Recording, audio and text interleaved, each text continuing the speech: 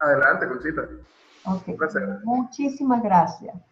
Bueno, Ok, entonces, tengo permiso, tengo el gusto de indicarles, estamos grabando y transmitiendo por Facebook Live. excelente. Bueno, bienvenidos todos.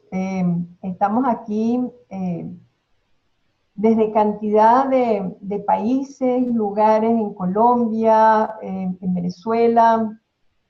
Y en este momento me toca representar a Venezuela en este webinar. Soy Conchita Caparrós y tengo el honor de presentar a Miguel Ángel Herrera, uno de los miembros de ICF Capítulo Venezuela. A esta hora nos toca a nosotros, Venezuela. Creo que hablar de Venezuela, bueno, huelgan las palabras, porque creo que por primera vez en el mundo, creo que el mundo entero sabe dónde queda Venezuela y qué pasa aquí y qué no pasa. Son grandes esfuerzos los que estamos haciendo por estar aquí presentes con mucho cariño y ha sido la dedicación de muchas personas las que están aquí presentes. Quiero resaltar que todos, absolutamente todas las personas que están organizando esto son personas voluntarias, que no cobramos un centavo por lo que hacemos. Es nuestra colaboración, nuestra participación para que todo esto salga adelante. Ponemos, si hay algo que es importante, pasión por aquello que hacemos, dedicación, gran esmero, presencia, cuidado y una gran dedicación para que no solamente aquellas personas que se están formando como coaches sepan acerca de lo que es el coaching, sino aquellas que no lo saben y que van a ser parte de esa comunidad de aprendices o personas que van a hacer uso de los servicios de algún coach. Bueno, dicho esto, voy a compartir pantalla para mostrarles acerca de ICF. Quiero hacer una pequeña presentación, introducción primero acerca de lo que es ICF. Aquí está la presentación de todos los capítulos para estar presentes. Son Colombia, Chile, Venezuela y el sur de Florida.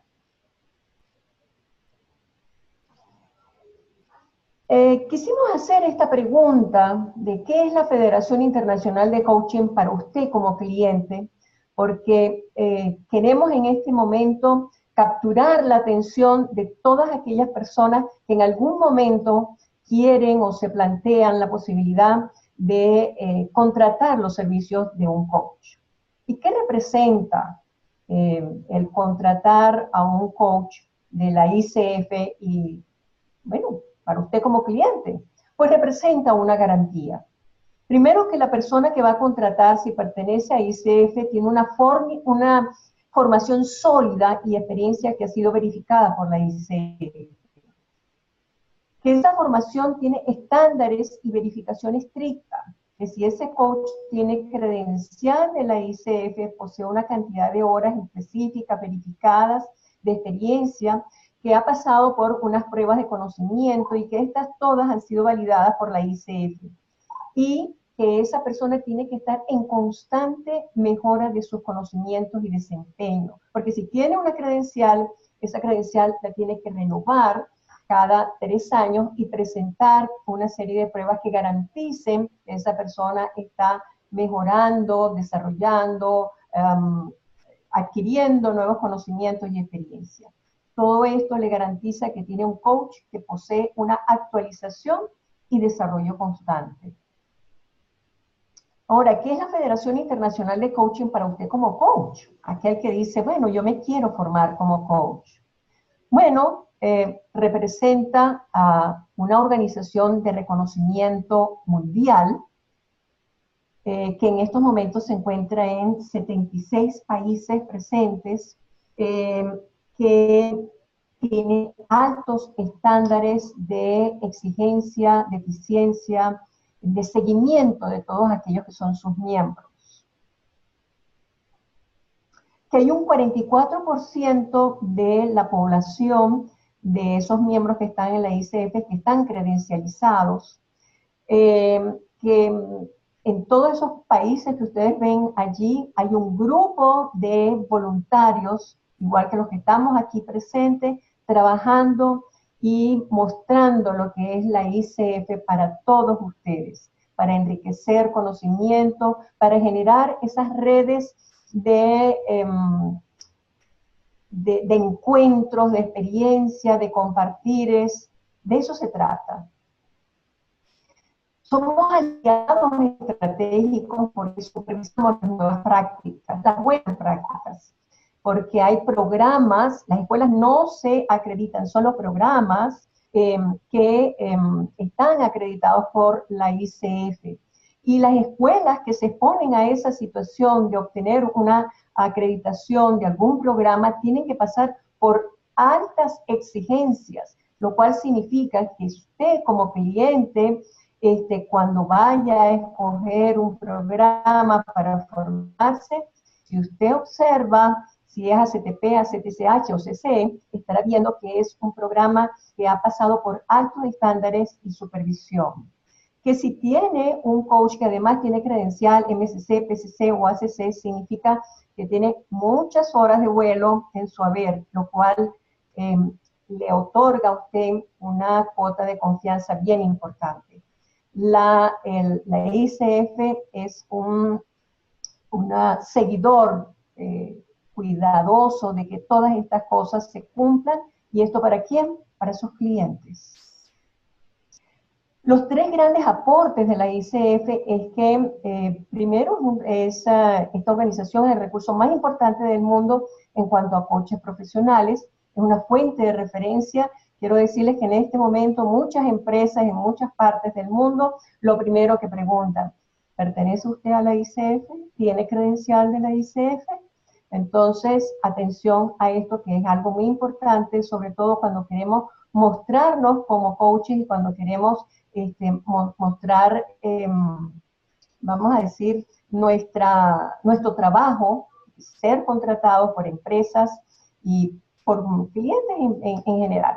Además, hay un código de ética que seguimos en forma estricta y hay representantes dentro de la ICF Global que se encargan de que todo esto se siga en forma bien rígida. Hay un seguimiento muy cercano. Y por el otro lado, hay 11 competencias de coaching que todos aquellos que estamos o que formamos parte de esta comunidad sabemos que son así como la línea que tenemos que seguir en cuanto a competencias y que cada vez tienen que desarrollarse más y más. Bien, aquí están todos los representantes de estos webinars que vamos a dar. Esta noche, esta tarde estará Miguel Ángel Herrera y esta noche estará Marco Leone como representante de estos webinars. ¿Alguna pregunta?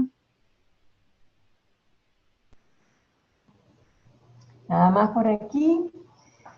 Muy bien, y yo ahora quiero presentarles a Miguel Ángel. ¿Quién es Miguel Ángel Herrera? Que es nuestro conferencista el día de hoy.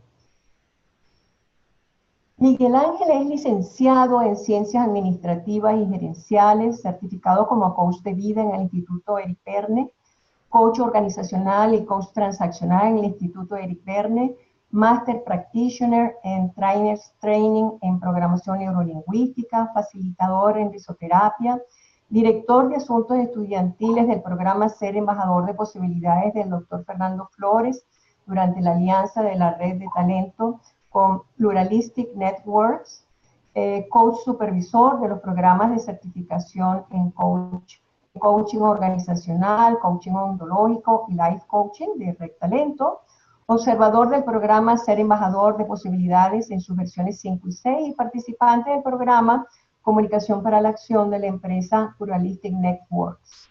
Embajador de Desafío Coaching para la ciudad de Valencia. Valencia es una ciudad que pertenece a Venezuela. También hay una Valencia en España, pero estamos hablando en este caso de Venezuela, de Valencia, Venezuela. orador del Conference Impact de Desafío Coaching del 2018, es miembro de la ICF y de ABECOC. ABECOC es la Asociación de Coaches de Venezuela y tiene en este momento en su haber alrededor de 1.200 horas de coaching con clientes de 13 nacionalidades diferentes aproximadamente. Bueno, ese es Miguel Ángel Herrera. ¿Qué más me falta por decir de Miguel Ángel?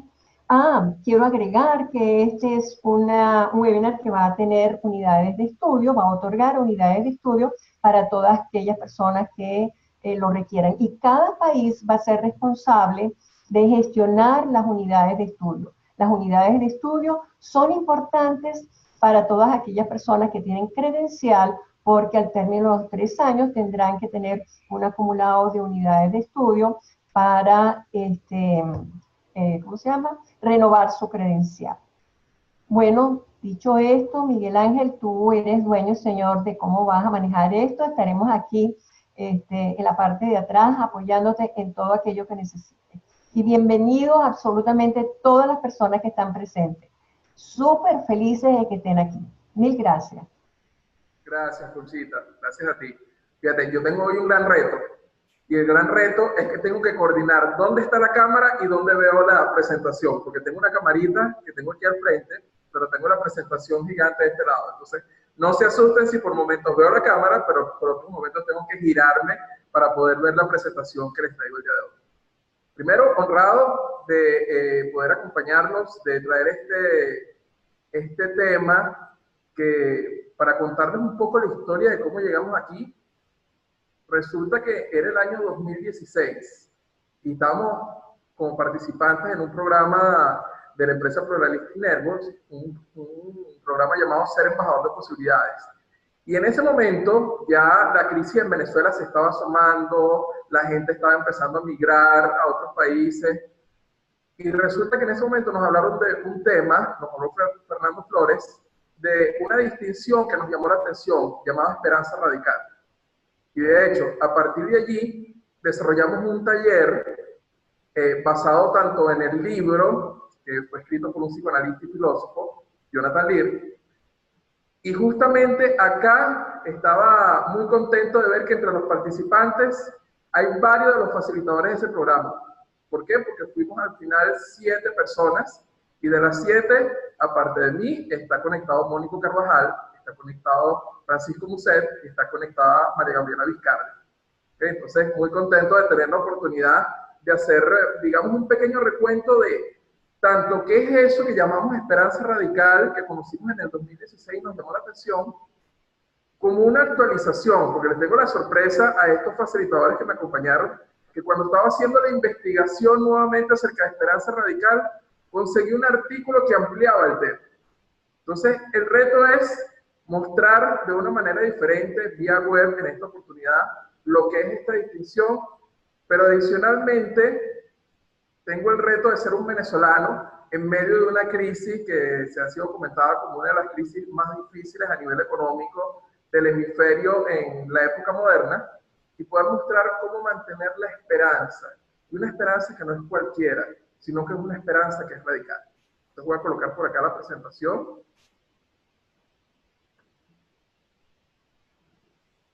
A ver. Perfecto.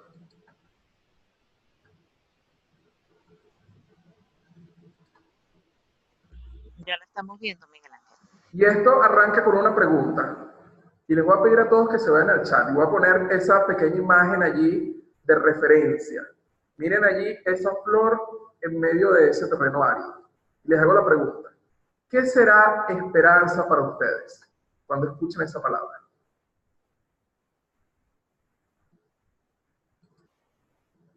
A ver, lo pueden ir colocando en el chat. ¿Qué será la esperanza? Renacer, dice Dioxi. Posibilidad, esperar, la capacidad de resistir desde la fe. Qué bonito, Tania. Esperar, fe, posibilidad de cambio. Fíjense que la que veo que más se va repitiendo es esperar. Muchas posibilidades, dice María Lucía. Tener fe absoluta que las cosas pueden mejorar y ser mejores. Tener un mundo de posibilidades. Ir contra viento y marea, estaba diciendo por allí María Gabriela. Con la plena confianza de que vamos abriendo posibilidades. Fíjense, cuando nosotros comenzamos a trabajar este punto, comenzamos por una empresa. Una empresa nos hizo la solicitud, nos dijo, oye, ¿qué pueden hacer ustedes por nosotros? En este momento vemos que el ánimo está decaído, el ánimo está por el suelo, y queremos desarrollar una actividad. Y ahí automáticamente, recuerdo que Mónico, uno de los facilitadores, lo conectó y dijo, este tema que nos habló Fernando Flores, de esperanza radical, creo que sea lo ideal. Y armamos un taller inicialmente para 150 personas. Y el taller arrancaba así, preguntando, ¿qué era esperanza para la gente? Usualmente, ¿qué nos respondían? Las definiciones clásicas de tener esperanza incluye esperar confiado. Esperar confiado de que algo va a suceder. Abrigar con un deseo de anticipación de que algo bueno va a pasar. La esperanza es lo último que se pierde. Es una de las frases típicas que nos mencionaba mucho dentro del taller. Ahora, cuando escuchamos esto, la esperanza es lo último que se pierde, suena como sentarse a esperar que algo bueno suceda. Pero deja por fuera qué es lo que puedes hacer tú. Cuando nosotros conseguimos esta distinción de esperanza radical y se la empezamos a mostrar, sucedió que encantó tanto el taller que lo terminamos dictando desde el 2016 para acá, más de 3.000 personas, imagínense, de 150 hasta 3.000 personas. Pero ¿cuál es la definición que maneja en este caso el autor que nos trajo Fernando Flores? Es un estado de ánimo donde se manifiesta un compromiso con la posibilidad de que algo bueno resultará de un desastre, del colapso de nuestro sentido de propósito y significado dentro de nuestro mundo. Y resalté allí algunas cosas. Primero, es un estado de ánimo. Es decir, tiene que ver algo con nuestra emocionalidad. Aquellos que son coaches ontológicos recordarán que los estados de ánimo, a diferencia de las emociones, son recurrentes. Es decir, no es una emoción pasajera. Es algo que me va sucediendo una y otra vez. Y que está relacionado, los estados de ánimo, con el juicio que hacemos del futuro. En este caso, en la esperanza, como menciona por allí, con la posibilidad de que algo bueno va a suceder, pero en un contexto particular, la esperanza radical, en un contexto donde hay un desastre. De hecho, el subtítulo del libro es La ética ante la devastación cultural. Imagínense ese nombre. La devastación cultural, un momento donde las cosas cambian de una manera radical, o sea, cambian desde el fondo. Y por eso el autor utiliza esa segunda palabra para definir la esperanza. Esperanza radical, es una esperanza que viene de raíz, que viene desde el fondo. Y fíjense, la última palabra con la que él cierra su distinción es mundo. ¿Por qué? Porque él habla acerca de que existen distintos mundos. Nosotros vivimos no solamente en el planeta Tierra, sino que vivimos en mundos como por ejemplo el mundo del coaching es un mundo, el mundo de la familia, el mundo del trabajo. Y en este caso,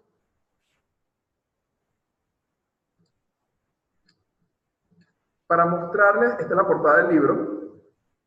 No se consigue en español, a veces me preguntan si se consigue en español, o por lo menos yo no lo he visto en español, se consigue solamente en inglés.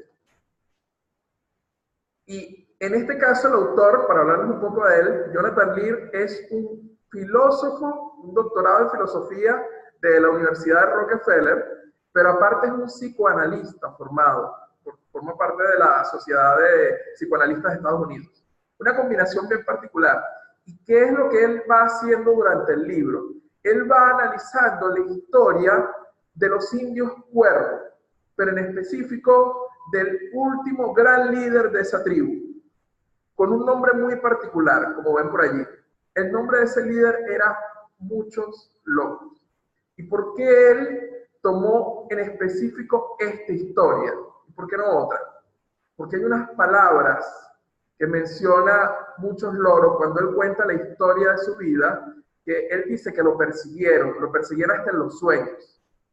Entonces, este hombre, ¿qué es lo que hace durante el libro? Va analizando la historia acerca de los indios cuervos y específicamente de Muchos Logros desde ambos puntos de vista, desde el punto de vista filosófico y desde el punto de vista psicoanalítico. Hoy lo que le vengo a traer es como las pinceladas de lo que nosotros en Red Talento, la empresa donde trabajo y donde me acompañaron los facilitadores que les comenté, conseguimos como las 5 claves de por qué Muchos Logros logró enfrentar una situación difícil que ya les voy a comentar. Para hablarles un poco acerca de quién es este personaje, quién es Muchos Logros. Cuando él nació no tenía ese nombre. El nombre de él era Búfalo en contra del viento.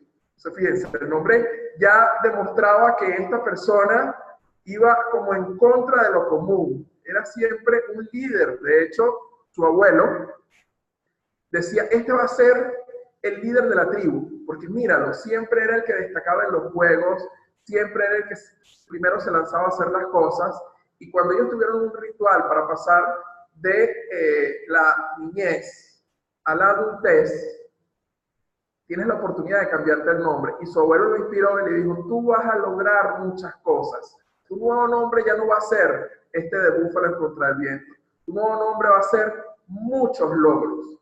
Y ahí hay una particularidad. El nombre en indio, en este caso en la lengua que ellos hablaban, podía significar 2 cosas. Podía significar muchas batallas, podía significar muchos logros. Pero él decidió, luego cuando empezó a aprender inglés, en quedarse con la definición de muchos logros y no tanto por batalla. Ahora, ¿qué es lo que sucedió y qué es lo que hace especial a este muchacho? Cuando él tenía 10 años, tuvo la oportunidad de experimentar algo que ellos llamaban un sueño premonitorio. Usualmente los indios en Estados Unidos tenían la oportunidad de vivir una experiencia onírica, una experiencia, digamos, psicodélica, de distintas maneras. Algunas tribus lo hacían con una droga llamada peyote, lo hacían con una flor del cactus, pero otros, en este caso los cuervos, tenían un método muy particular. Ellos se metían en una choza, así tipo sauna, un temazcal, lo conocen en algunas oportunidades en español, entran en esa choza y luego cuando él estuviese muy cansado salía de allí y tenía que estar en un espacio aislado para esperar a que le llegara el sueño. Y en el caso específico de los cuervos, si ese sueño no aparecía, tomaban una de sus manos y empezaban a cortar la punta de sus dedos para poder inducir ese estado de sueño. Cuando él entonces tenía aproximadamente 10 años, no se sabe específicamente en qué momento fue, él tuvo un sueño muy particular. Él se imaginó la sabana donde estaba su tribu. Se imaginó donde estaban las casas, donde estaba el ganado. Y de pronto él vio que se abrió un hueco en el medio de la sabana.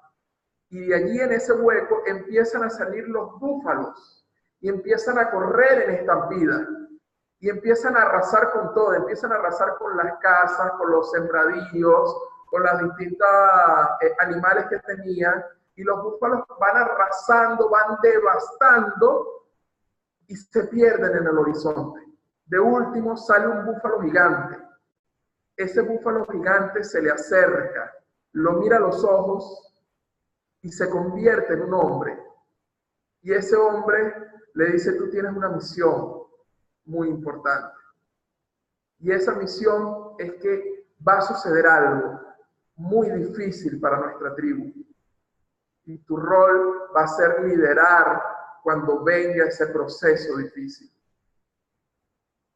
Y lo acompañó para que viera la devastación de su tribu. Y en un momento lo acompaña hasta un árbol.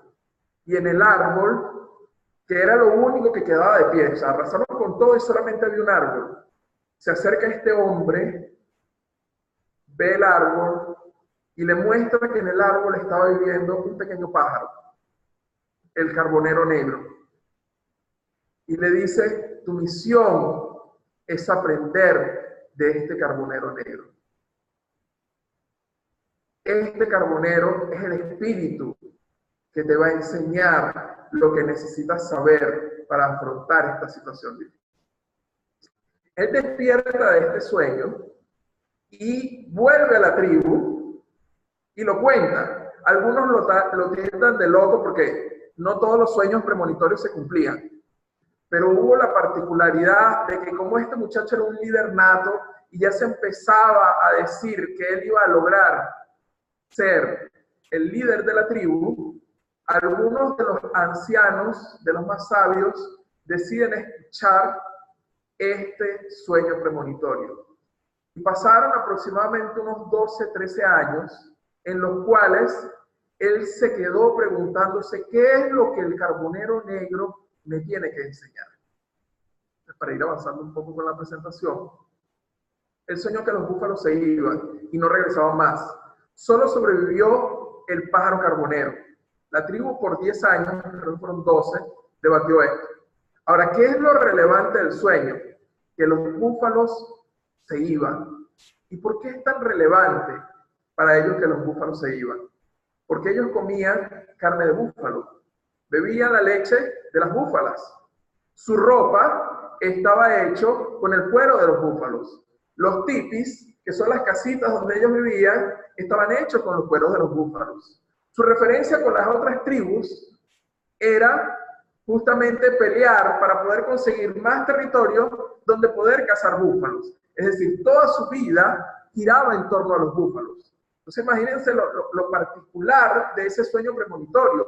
Era un sueño donde se iba a devastar la tierra y los búfalos, el centro de su vida, iban a desaparecer. Ante eso, él durante ese tiempo empezó a investigar cómo podemos nosotros vivir sin los búfalos. ¿Y qué es el rol de ese pájaro carbonero que este hombre búfalo me enseñó que tenía que aprender? Y allí, cuando él cuenta a lo largo de su vida la historia de este sueño, él siempre cerraba con una frase. Y la frase es esta. Cuando dice, después de que yo tuve este sueño y que vi todo devastado, el hombre búfalo se fue y después de esto, nada pasó. Esa es la frase que a este psicoanalista, filósofo, Jonathan Lear, le impactó tanto. Y se hizo la pregunta, ¿qué significará eso? Que después de esto, nada pasó. Suena como si fuese, digamos, una persona depresiva, una persona que se entregó a morir porque su mundo se acabó.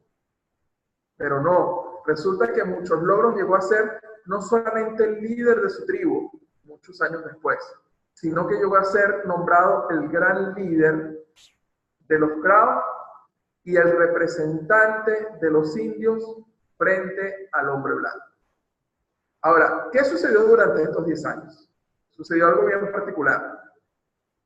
La tribu empezó a tener enfrentamiento con sus enemigos más acérrimos. Otra tribu llamada los Sioux. Los Sioux lograron diezmar el espacio que ellos tenían. Y aparte de eso, cuando empezaron a llegar los hombres blancos, empezaron a colonizar la tierra de Estados Unidos y trajeron con ellos enfermedades. Y ellos empezaron a contagiarse de esas enfermedades, como no tenían los anticuerpos. En un proceso de aproximadamente 5 años, perdieron 2/3 de la población. Imagínense eso. Imagínense la población de Venezuela. En este momento somos aproximadamente unos 30 millones de habitantes. Y que de pronto perdamos 2/3 de la población de Venezuela. Hablando para los venezolanos. Entonces, él miraba toda esa serie de cambios que se estaban dando. Ya para ese momento, él era el líder de la tribu y él dijo, es el momento de ese sueño premonitorio que tuve. Tengo que empezar a actuar, porque si no, vamos a ser devastados. Los hombres blancos no solamente trajeron enfermedades, sino que empezaron a luchar contra ellos por su territorio y llegaron con armas.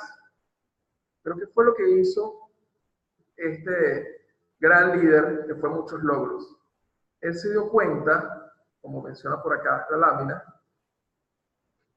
que el problema no era que llegaran los hombres blancos, el problema es que los búfalos estaban empezando a ir. Es decir, las enfermedades empezaron también a matar los búfalos Los hombres blancos empezaron a diezmar a los búfalos como una estrategia porque sabía que la vida de todos los indios dependía de ellos. Y era una forma como de dominarlos. Entonces, Muchos Logros dijo, no, lo que tenemos que hacer no es pelear contra estos hombres blancos, tenemos que aprender de ellos. Y justamente estoy viendo por acá en el chat que lo último que colocó Claudia es eso, tenemos que aprender de estos. Para continuar por acá en la presentación, ese es Muchos Logros, una de las pocas fotos que queda de él. Este libro es una biografía hecha por un historiador, sociólogo llamado Frank Liederman, y en el cual se basa Jonathan Lear en su estudio para analizar, digamos, las fortalezas psicológicas, así le llamaba él. ¿Cuáles eran las fortalezas psicológicas que tenía, en este caso, Muchos Logros? Y del cual todos podemos aprender, y es la invitación por la cual traemos también este tema el día de hoy. ¿Cómo los coaches podemos acompañar a personas que vivan procesos en los cuales su vida se sienta que fue devastada? Inclusive nosotros mismos como coaches. ¿Estamos preparados psicológicamente para poder enfrentar dichas situaciones? Entonces, ¿qué fue lo que entendió Muchos Logros? Y en este caso entendieron los Kraus, los cuervos. Entendieron que el problema no era pelear con los blancos, el problema era que los búfalos se habían ido y decidieron reinventarse, empezaron a ayudar y aprender de los hombres blancos. ¿Y qué es lo que dice Jonathan Lear en su libro? Lo que me inquieta es la vulnerabilidad ontológica. Y utiliza esta distinción, que por supuesto a los coaches ontológicos, o por lo menos a mí, me llamó la atención cuando lo leí. ¿Qué es la vulnerabilidad ontológica? Es el hecho de que todos vivimos en un mundo, como le estaba mencionando hace rato, pero esos mundos, todos son susceptibles a un colapso. Les pongo un ejemplo. La gente de Uber y los taxistas, el mundo de los taxistas. Cuando aparece esta innovación llamada Uber, el mundo de los taxistas cambia, da un giro completamente. Hay algunos que no aceptan este proceso de cambio, luchan contra ello, mientras que otros deciden adaptarse. Todo mundo es susceptible a cambio, y eso es lo que le inquieta a Jonathan Lear y la razón por la cual decide escribir el libro. ¿Cómo podemos prepararnos de manera psicológica frente a esa vulnerabilidad ontológica que todos los seres humanos tenemos?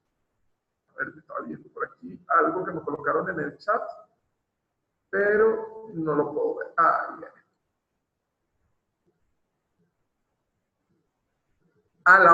Laura está diciendo, justamente me preguntaba por la identidad ontológica del pueblo de Muchos Logros. Y es el análisis que hace Jonathan Lear. Cómo su identidad fue modificada, porque cuando aparecen los hombres blancos y empiezan a someterlos con sus armas, le empiezan a colocar reglas, le empiezan a decir, tú tienes que vivir en este espacio, en este reservorio, está prohibida la caza. Imagínense ustedes, el centro de su vida, la manera como ellos conseguían los alimentos, le dicen, está prohibida la caza, está prohibida la lucha entre tribus, que era otra de las formas de vida que ellos tenían. ¿Okay? Algo central dentro de sus vidas. Entonces, ¿qué es lo que vamos a revisar? ¿Y qué es lo que les vengo a mostrar el día de hoy? ¿Cuáles son esas 5 claves que tenía Muchos Logros? Como les mencioné en un principio, dentro del libro no van a conseguir 5 claves, sino que en la medida en que nosotros, el equipo de Recta Lento, fuimos analizando lo que nos traía Jonathan Lear, identificamos como esas 5 claves que eran frases que repetía mucho, en este caso Muchos Logros. Este que ven ustedes allí es el carbonero negro. ¿Ok? Hermoso el pajarito, ¿no? Entonces, ¿cuál es la primera frase que fue la que más repitió Muchos Logros y que le llamó la atención a Jonathan Lear? El pájaro carbonero sobrevive porque es capaz de aprender de los otros. Y en ese momento, Muchos Logros lo toma como una bandera. Él dice, la gran capacidad que identifiqué del pájaro carbonero es que él siempre está aprendiendo. Ese es un pajarito que él llega a un lugar y él empieza a acercarse a los humanos y empieza a ver qué es lo que están haciendo. Ve a otros pájaros y comienza a aprender cómo hacen sus nidos para poder él digamos, poder hacer su nido de una manera diferente. Es un pájaro que está enfocado en el aprender. Entonces, tomando este aprendizaje y en esa reflexión durante 10 años, lo que dice muchos logros es, ante esta serie de cambios, ante estas nuevas enfermedades, ante este ataque que nos están haciendo, por un lado los Sioux, que nos están diezmando, y por otro lado, los hombres blancos que están llegando a tratar de dominarnos, entonces tenemos que aprender algo nuevo. No podemos seguir siendo los mismos de siempre. Entonces, ¿qué es lo que nosotros tenemos que aprender de estos hombres blancos? Y lo primero que él se fija muy inteligentemente es, míralo, tienen armas diferentes, tienen una manera de hablar diferente, tienen ropa diferente. Recuerden que ellos se vestían con las pieles de los animales. Cuando llegan los hombres blancos, llegan con algodón, llegan con otra serie de telas, y ellos dicen, wow, aquí tenemos una oportunidad de aprender algo diferente. Entonces, cuando nosotros empezamos a dictar este taller, empezamos a mostrar esta primera clave para los venezolanos en plena crisis. La pregunta que le hacíamos, y la pregunta que en este caso le hago yo a ustedes, es ¿qué tan dispuestos están a aprender cosas nuevas? Inclusive, si alguno ha vivido un proceso donde siente que el mundo se ha caído, y tenemos esa expresión, por lo menos en Venezuela, siento que el mundo me cayó encima, siento que el mundo se me cayó. ¿Estás dispuesto a aprender cosas nuevas? ¿Estás dispuesto a cambiar inclusive tu propia identidad? Y se generaron unas reflexiones espectaculares en ese momento. Una de las cosas que sucedía, para aquellos que conozcan a los venezolanos, uno de nuestros platos típicos es la arepa. La arepa es como una especie de pan hecho con maíz blanco. Y nosotros estamos muy acostumbrados a conseguir por una serie de empresas, pero principalmente por una, harina de maíz donde simplemente tú conseguías la harina, le echas un poco de agua, le echas un toquecito de sal y puedes hacer la masa para poder hacer estas arepas. Resulta, bueno, ya aunque creo que ya nos extrañan, creo que con el proceso de 3.7 millones de venezolanos, por lo menos hacia Latinoamérica, creo que ya medio mundo conoce la arepa. Ya creo que me están escribiendo al respecto, de hecho. Ya voy para allá, Claudio. Dame un segundito que esa es una de las claves que justamente vamos a estar reflexionando. Bueno, entonces, con el tema de las arepas, una de las cosas que sucedía en ese momento cuando nosotros comenzamos estos talleres es que la gente decía, no, pero no consigo harina pan. Entonces, ¿qué es lo que necesitas aprender?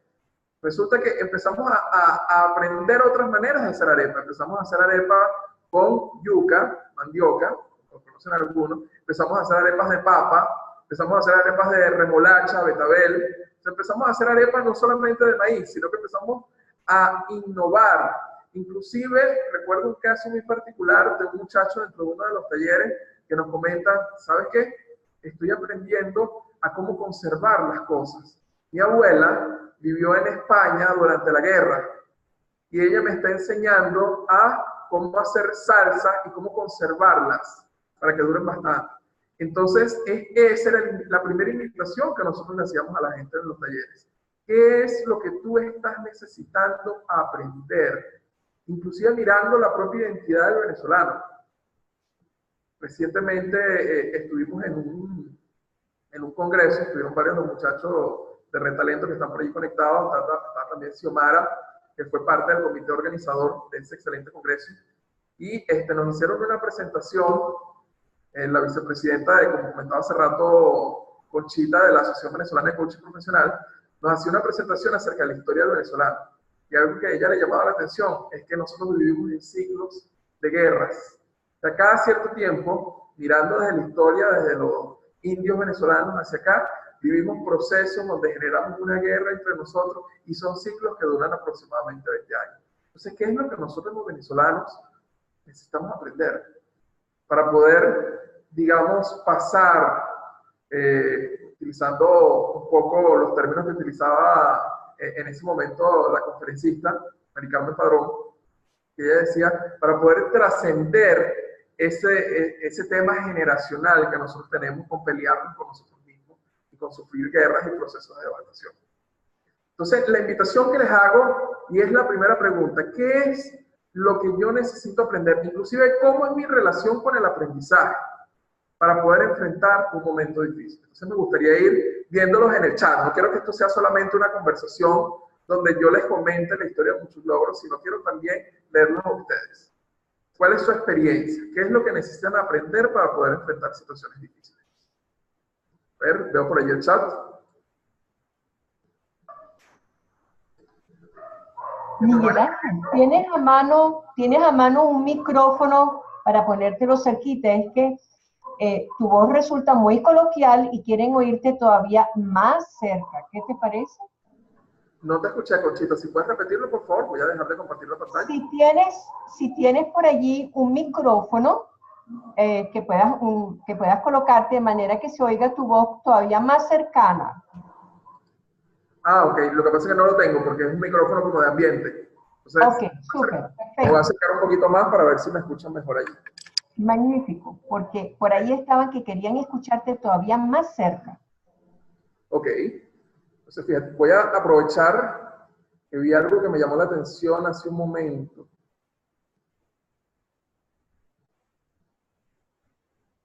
Ah, lo que decía Marixa. Saludos, Marixa. Tiempo sin saber de ti. ¿Cómo muchos logros toman protagonismo como clave de sobrevivencia? Y esto es lo que le llama la atención a Jonathan Lear. O sea, él busca, lo que buscó muchos logros no fue solamente la sobrevivencia biológica, sino la sobrevivencia ontológica. Y eso lo vamos a ver un poco más adelante. ¿Qué es la sobrevivencia ontológica? Es lo que mencionaban hace rato. ¿Cómo se modifica mi identidad? ¿Cómo me miro yo a mí mismo? Y una reflexión que hacía con respecto a los venezolanos. ¿Cómo me miro yo a mí mismo frente a este proceso de cambio? Entonces vamos a ver lo que me van colocando por ahí en el chat. Soltar, desapego de formas de ser y hacer. Aprender a ver siempre la oportunidad en la dificultad. Aprender el desapego. Aprender a aprender. Y fíjense que ahorita que mencionen esa habilidad, mucho de lo que menciona muchos logros está relacionado con esa capacidad de aprender a aprender. Reconocer mi fuente de poder. Ángela pregunta en relación al aprendizaje, ¿cómo derrumbar los paradigmas? Si quieres, las preguntas vamos a dejar por lo menos de ver las 5 primeras claves y cuando veamos el ciclo, porque él tiene como una manera de irlas mostrando que se van relacionando y en el fondo todos tienen que ver con esta habilidad de aprender a aprender.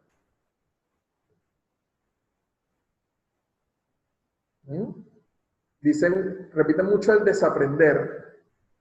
¿Ok?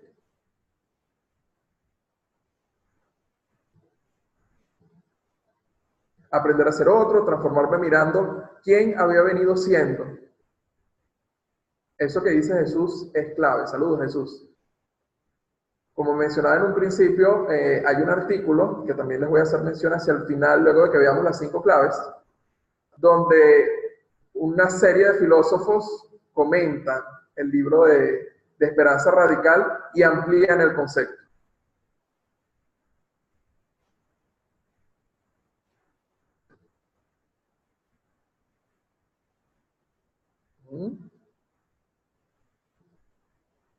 Aprender a vivir de una manera trascendente con claridad de lo que es importante para vivir, excelente. Fíjense, como la mayoría son coaches, se van a temas centrales, se van a temas de habilidades para el poder vivir. Y eso es excelente, ¿ok? Es la primera invitación que se hace, inclusive la hace Jonathan Lear. Cuestionen quiénes son, cuestionen cuáles son esas habilidades que ustedes consideran como centrales. Y efectivamente el aprender a aprender es una de ellas. Dice aquí, Mari, ¿a qué te refieres con lo que preguntas acerca de cómo me miro a mí frente a un proceso de cambio? A lo que me refiero en este caso, ¿qué significa ser, en el caso mío, por ejemplo, qué significa ser venezolano frente a esta crisis que nosotros estamos viviendo? O sea, ¿cómo puedo reinventarme? ¿Cómo podemos mirarnos de una manera diferente? Una pregunta que a veces surgía cuando nosotros dictábamos este taller era cuál era el búfalo de los venezolanos. Y esa es una pregunta que me parece hermosa. ¿Cuál se imaginan ustedes que era la mayor respuesta que dieron por lo menos en los talleres que dictaba yo? Miren a los venezolanos, aquellos que no lo sean. ¿Cuál creen ustedes que es el mayor búfalo que tienen los venezolanos que de irse cambiaría todo el mundo de nosotros? Ahí va la respuesta. Janelia dice el petróleo, Carlos Quintana dice el petróleo, Pablo Luciano dice el petróleo. Y efectivamente, cuando yo decía esa pregunta, lo que más se repetía era el petróleo. Claro, porque ¿cuál es la identidad del venezolano? Cuando el venezolano piensa en sí mismo, piensa, yo soy una persona que vive en un país rico. ¿Por qué vivo en un país rico? Porque tengo petróleo. Ahora, fíjense qué particular, cómo nuestra identidad está desarrollada a partir de allí. Y resulta que estamos viendo dos procesos. Uno, desde hace algunos años, sin entrar en el tema del por qué, la industria petrolera venezolana viene en una caída impresionante. Pero no solamente eso, si miramos el entorno, estamos viendo que se están generando una serie de energías alternativas renovables. Y eso implica una mayor caída en el largo plazo del petróleo. O sea, indiscutiblemente, el petróleo va a ser desplazado, o por lo menos va a ser minimizado en su uso. Por lo tanto, la identidad del venezolano de somos ricos porque tenemos petróleo se va a modificar. Entonces, ¿cómo estamos nosotros enfrentando ese cambio de identidad en este momento? Y me llama la atención porque fíjense, hago la pregunta y surgió lo mismo que surgió en los talleres. El petróleo como nuestro gran búfalo que ya se está yendo, que nos está abandonando. Ajá. Aprender a ver las dificultades como el gran paso a un nuevo cambio, saber que el primer cambio se realiza desde el ser. Excelente. Vamos a ir viendo la segunda clave para ir avanzando. A ver, está por aquí. Esa es la primera clave, entonces. Hay que ser como el pájaro carbonero. Tenemos que aprender de los otros. Y aprender de los otros es aprender de cuáles son sus aciertos y cuáles han sido sus errores. De hecho, una de las cosas, lo toma tan de bandera Muchos Logros, que él decía, el nuevo cuervo, es decir, esa nueva identidad que vamos a desarrollar, no tiene que ver ni con el antiguo cuervo, ni con los hombres blancos. Tiene que emerger de eso. No podemos dejarnos llevar por las maneras antiguas del cuervo, ni podemos dejarnos llevar por las maneras que trae el hombre blanco. Tenemos que nosotros crear, tenemos que reinventar. No lo decía de esa manera o con esas palabras, pero en el fondo lo que decía es que tenemos que reinventarnos con este nuevo aprendizaje. Segunda clave, para que vayan anotando por allí. Esa es otra foto de Muchos Logros. Él decía, la autocompasión roba el coraje. Y lo otro que decía es, la vergüenza está en la desesperación y en la resignación. ¿Qué quería decir él con esto? Cuando él empieza a mostrarle a la tribu que ellos tenían que aprender, que tenían que abandonar esa antigua manera de ser por empezar a desarrollar una nueva, mucha gente se resistió. Y decía, ¿pero por qué? ¿Por qué si yo he sido un guerrero toda mi vida, por ejemplo, en el rol social del guerrero, por qué yo tengo que dejar de salir a cazar? ¿Por qué no simplemente nos enfrentamos contra los hombres blancos y le ganamos? Entonces él le decía, ¿por qué no podemos? Fíjate que ellos traen cosas que nosotros no sabemos manejar. Esto es nuevo para nosotros. Algunos incluso tildaron en ese momento Muchos Logros como un traidor. Pero él le decía, no, fíjense que yo no los estoy invitando a que nos entreguemos al hombre blanco. Yo les estoy invitando a que nosotros hagamos una alianza con ellos. Y fue muy inteligente, porque él hizo algo bien particular. Él se acercó a los hombres blancos y le dijo, ok, yo voy a colaborar con ustedes y voy a aceptar varias de sus reglas, pero a cambio hagamos un intercambio. Y el intercambio es el siguiente. Ustedes nos van a enseñar su lengua, sus leyes y cómo hacen ustedes para vivir. En cambio, nosotros les vamos a enseñar cómo vivir en esta tierra, porque ustedes son nuevos en esta tierra. Ustedes no conocen el terreno. Nosotros tenemos miles de años viviendo aquí. Él logró un intercambio. Esa fue la manera como él se manejó con los hombres blancos. Mientras tanto, con su tribu, él lo que le decía es, de nada sirve que tú te sientes a llorar por la antigua manera de ser del cuervo.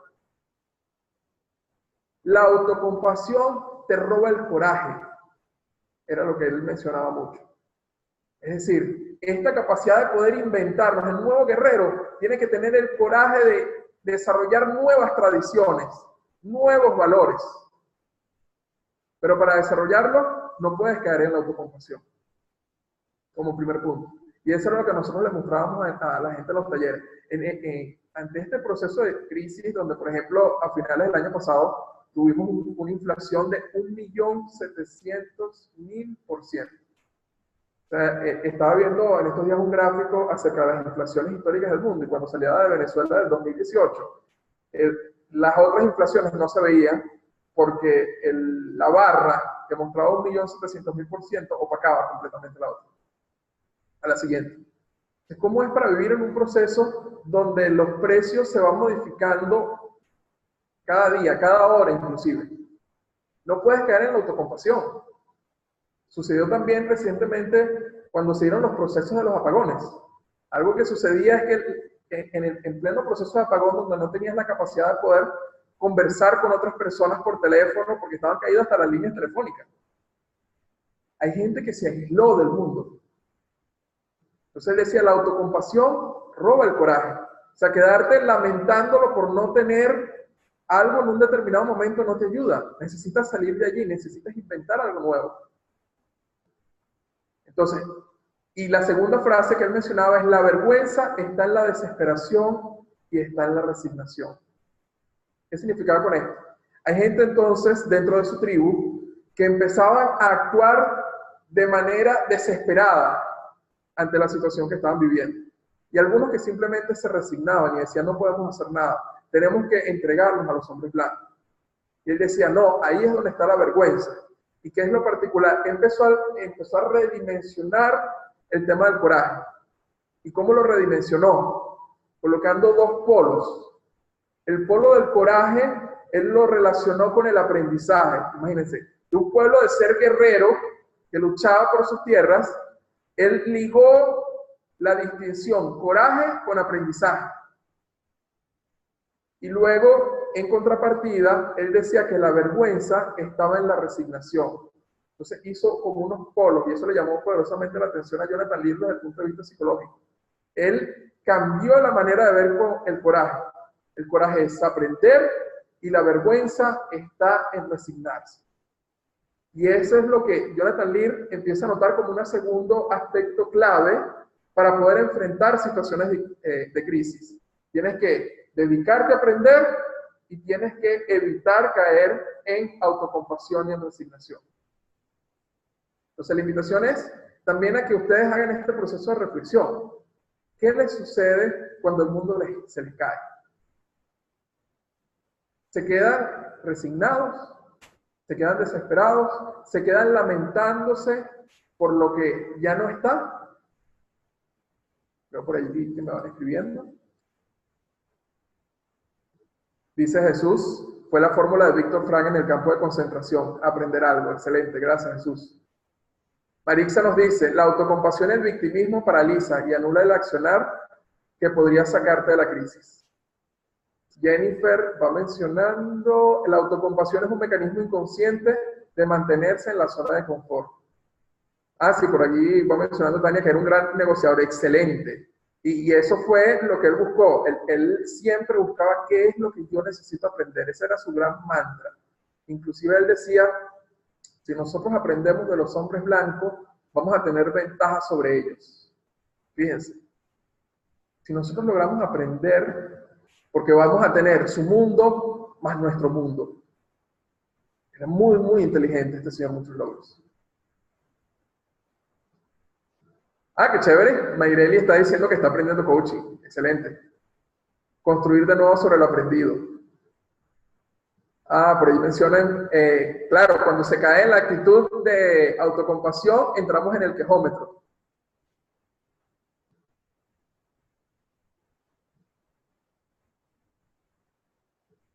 Víctor Frank, ¿quién tengo que ser en esta circunstancia? Excelente, me encanta esta frase, gracias Aida. Claro, todo proceso de cambio incomoda. Aquí, déjenme ampliar esto un poquito más para ver los nombres, porque no los veo. Claudia dice, la visión que expresa la autocompasión es contraria a las nuevas tendencias. Por ejemplo, el mindfulness. Autocompasión es quedarse en el mismo lugar sin reconocer sus potencialidades. Muy bien.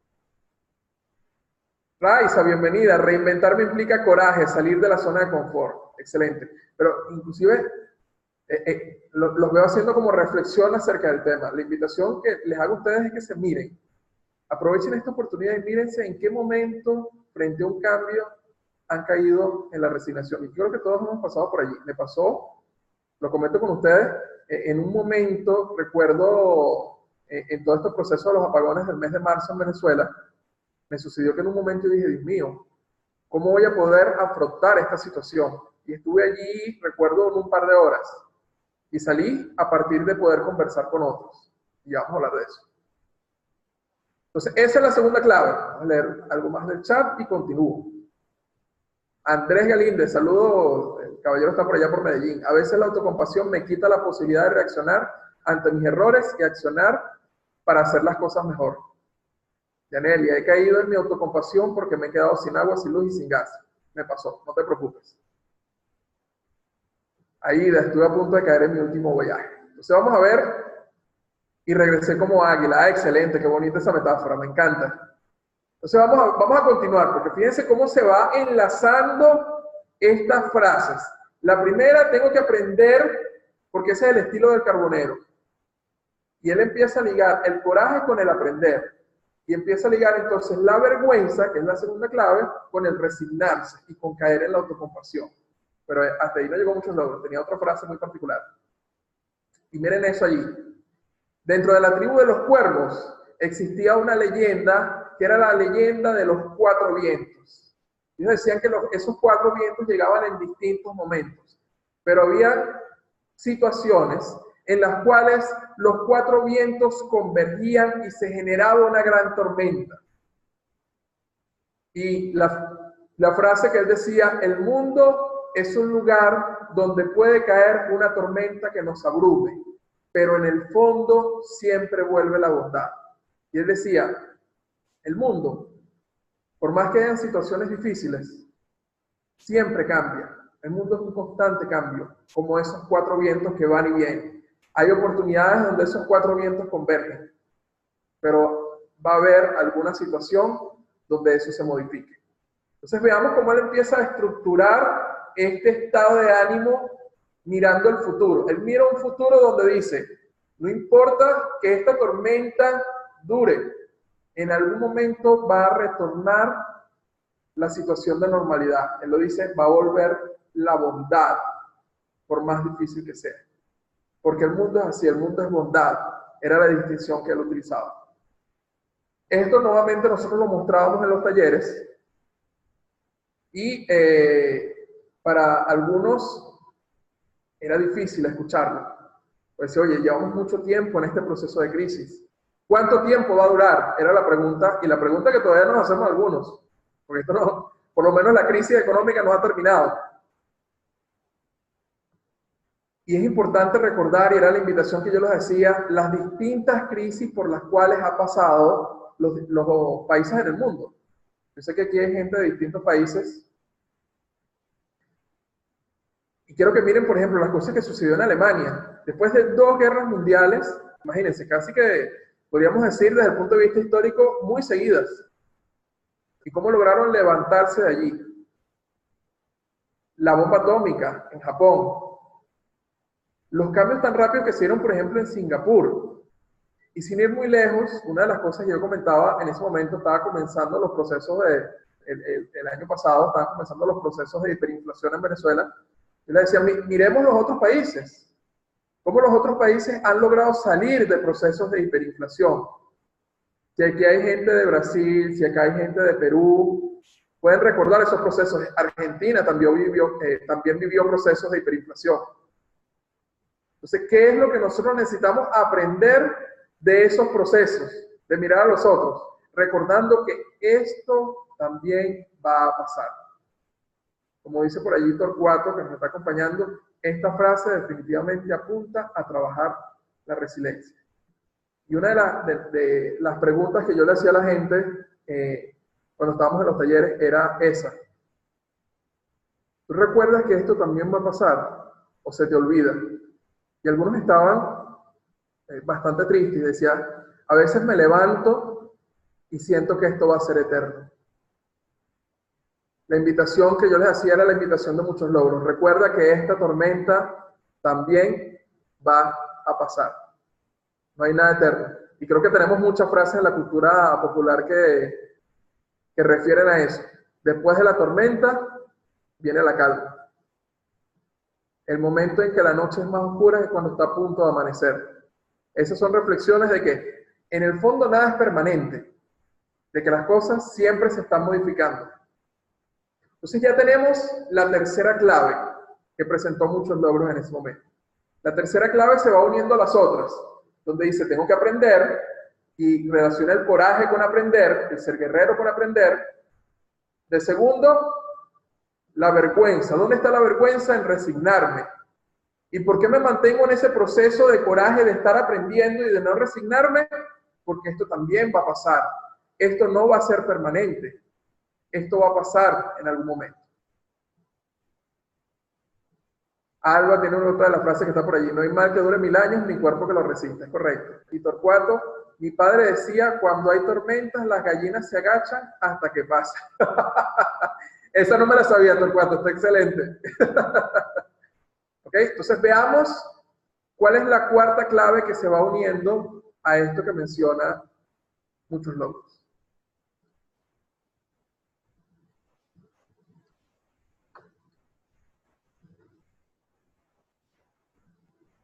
La cuarta clave no es aislarse de lo que sucede, esperando que todo mejore. ¿Por qué? Porque como la frase anterior decía, todo va a pasar, esta tormenta va a pasar y va a volver la bondad, hay algunos que entonces no es que se resignaban, pero se quedaban en su zona de confort. No es que se quejaban, pero estaban allí como muy tranquilos. Y él le decía, no se trata de aislarse, esperando que todo mejore. Es enfrentarlo como un guerrero. Y él utilizaba de ejemplo algo que sucedía en una de las tribus contrarias. ¿Se acuerdan que les mencioné que una de las tribus enemigas eran los Sioux? El líder de la tribu de los Sioux se llamaba Toro Sentado, así como en las películas, tenía ese nombre, no me pregunten. No, Toro Sentado no, perdón, Búfalo Sentado. Búfalo Sentado tiene una reunión con los cuervos y le dice que él también tuvo un sueño premonitorio. Y en ese sueño premonitorio, lo que le indicaban los espíritus era que ellos tenían que hacer la danza fantasma, que era un ritual que ellos tenían.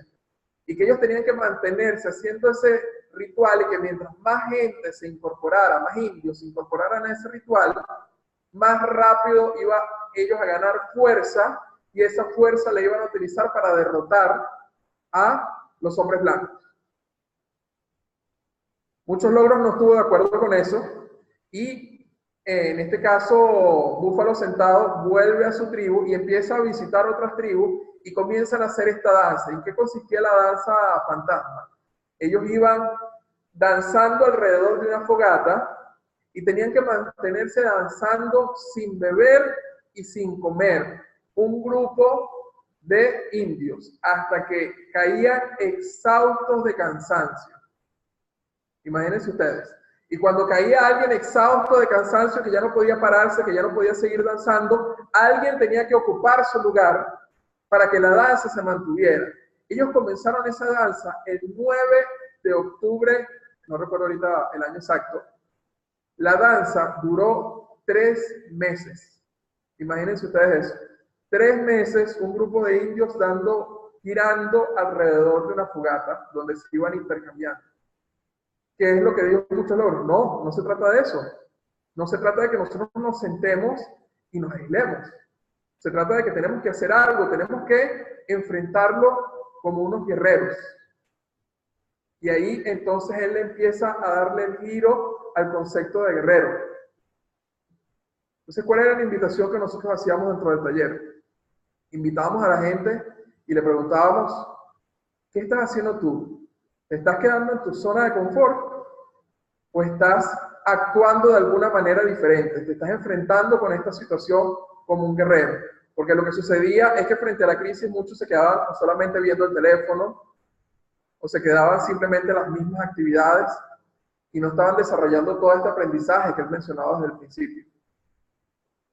Entonces, era la invitación que nosotros le decíamos a la gente. Veamos que me vamos comentando por allí.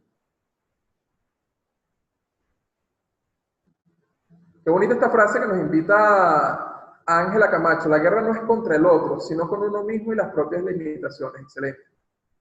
La invitación es ir a esos países y aprender de ellos para adaptar los cambios en Venezuela.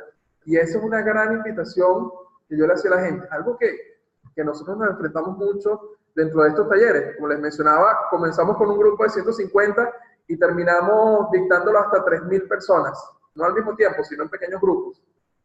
Y por supuesto, una de las situaciones que encontramos muchísimo es, ¿me quedo o me voy? Y parte del proceso que nosotros conversábamos con las empresas cuando nos contrataban, era, nosotros no podemos responderles a ellos esa pregunta, sino que nosotros podemos invitarlos a que si van a tomar esa decisión desde el coraje, lo hagan reflexionando. ¿Okay? Que no lo hicieran desde la desesperación, como mencionábamos en la clave 2. Y que buscaran, si lo iban a hacer, aprender.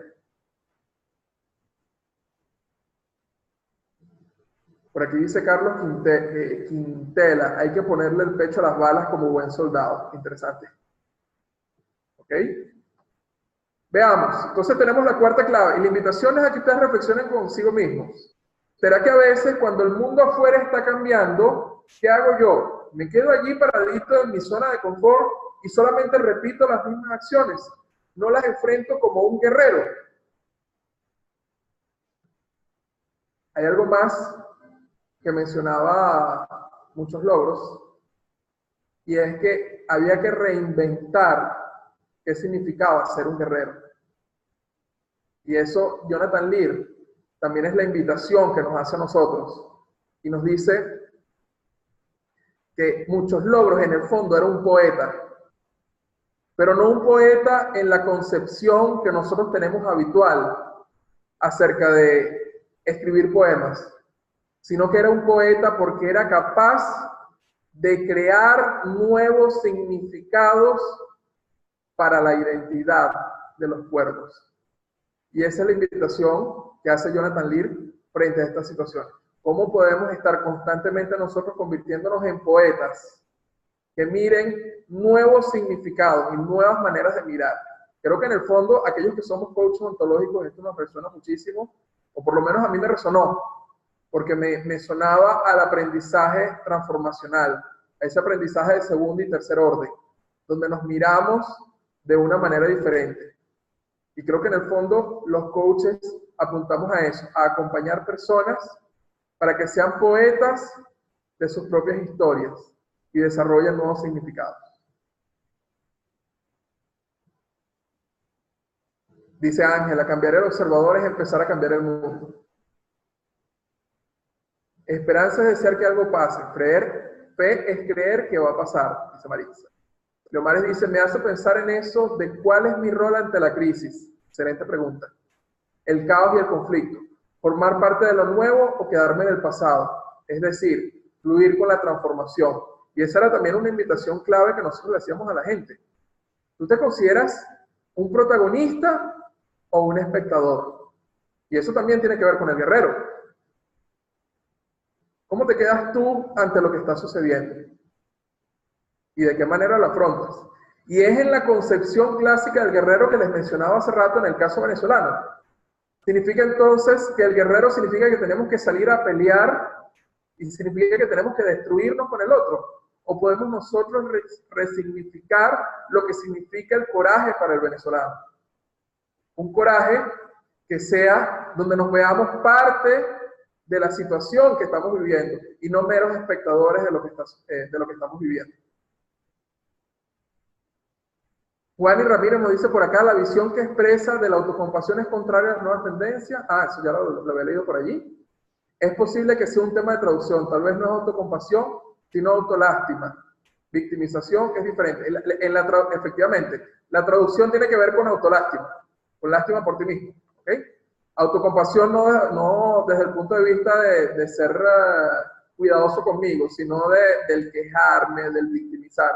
Es eso la traducción. Gracias, Juan. Vamos entonces a la última clave.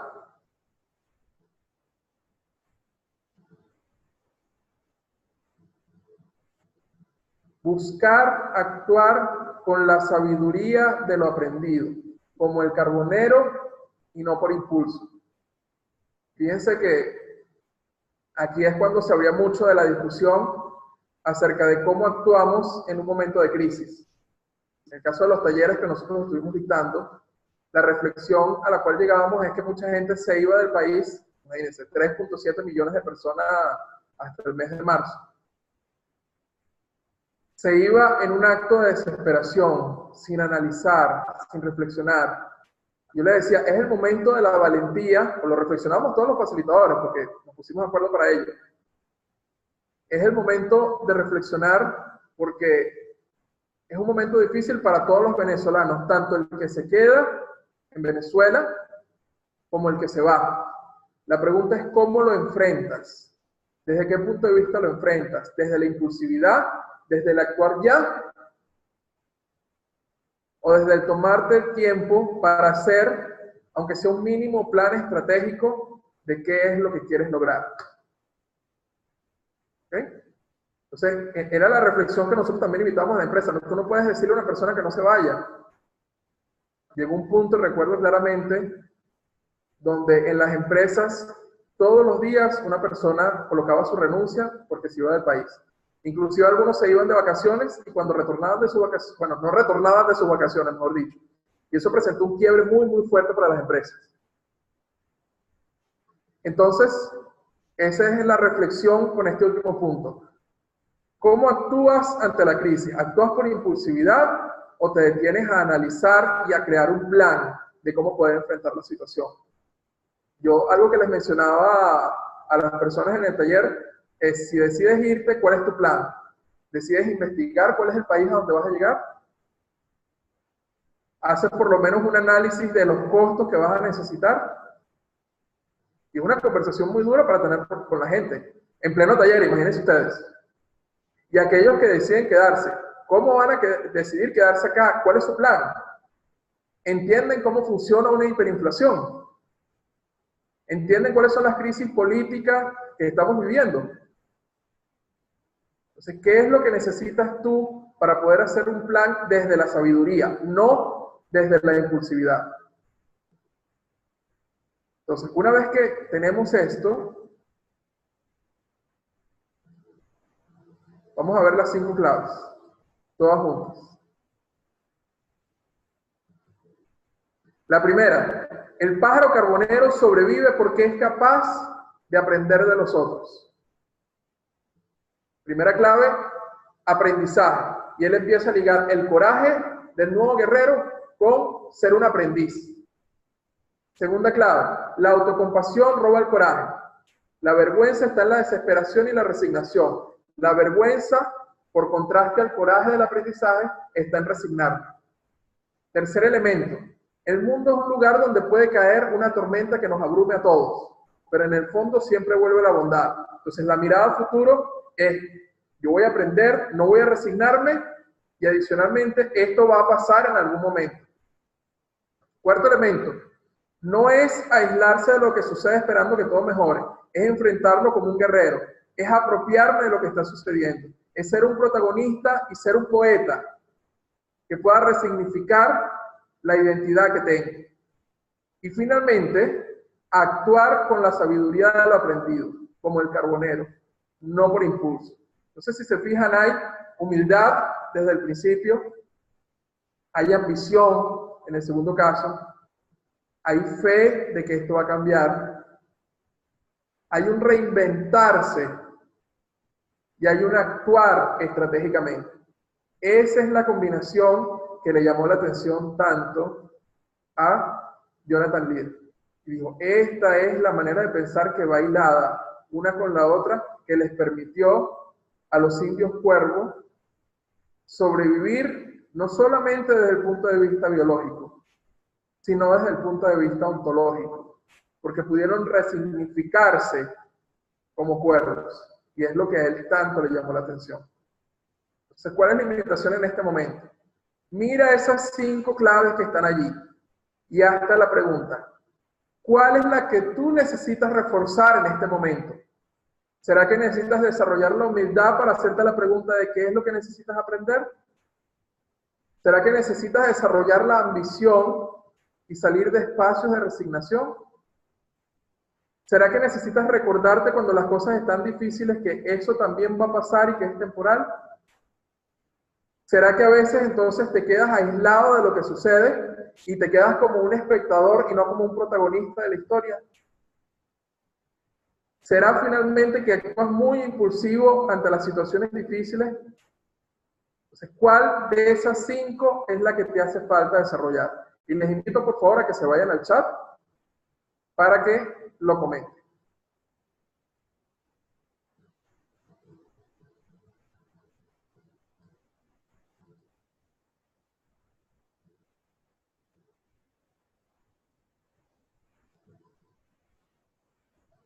Raiza hace su reflexión y dice que el reto es la clave 3. Entonces, a veces se te olvida que esto es temporal, que todo es temporal en esta vida. Gracias, Raiza. Qué bonita reflexión. ¿Quién más por allí?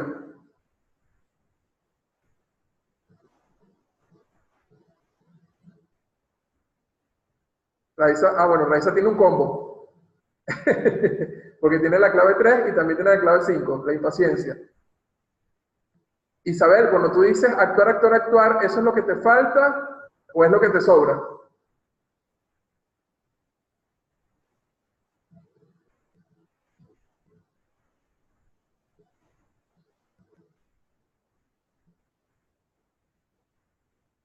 Torcuato dice usar con sabiduría lo aprendido. Entonces, pensar más estratégicamente, Torcuato.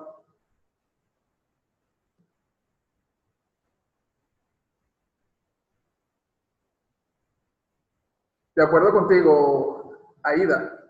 La bondad como la amable de otro camino a seguir. De acuerdo contigo. Ok. Entonces, lo que te hace falta es actuar, actuar, actuar. Excelente. Yanele se lleva el mantra de qué necesito aprender. Ángela está diciendo algo clave. La reflexión es permanente porque la vida es cambiante. Hay momentos en que permanece la 4, otras el 3, otras el 2. Muy buena reflexión. Alba dice, no siempre quiero ser el guerrero, clave 4. Me gusta escoger las batallas que vale la pena pelear, así que me reto constantemente al actuar con sabiduría.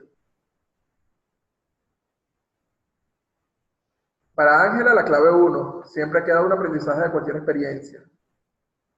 La clave 5, una mezcla de la 2 y la 5, interesante.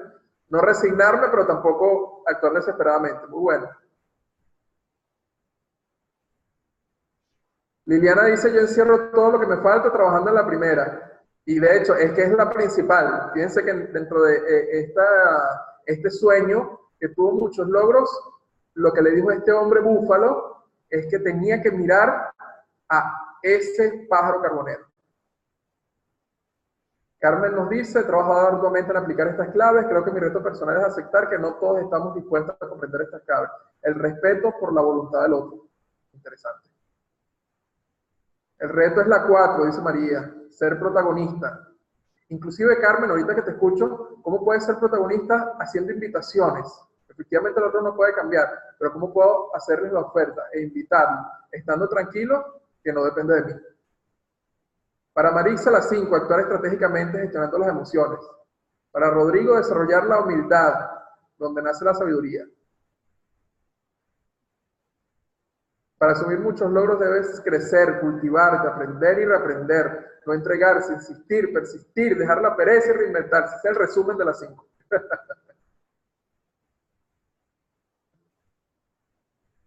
Salir de la queja, dice Loendi, excelente.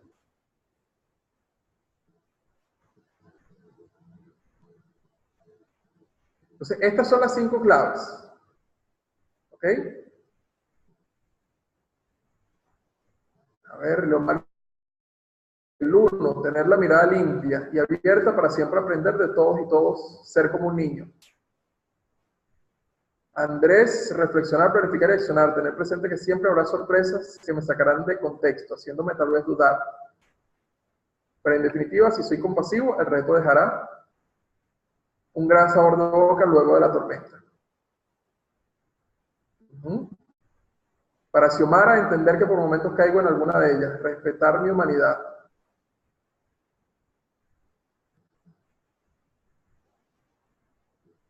Norma, ¡ay, qué bonito, Norma! Qué chévere que estés por acá. Para mí es enfocarse en lo que deseo lograr y dirigir la energía allí y ver cómo aporto a la situación. Alonso, saludos, por allá por Panamá.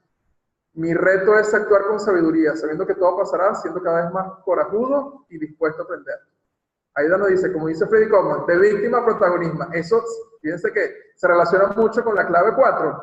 Está relacionado con eso que nos trae Freddy Kaufman de la responsabilidad ilimitada, la responsabilidad incondicional. Nuevamente, esto quiero que lo enmarquen en una gran pregunta, que es ¿cómo puedo yo enfrentarme a que mi mundo se caiga? Y ya vamos para allá.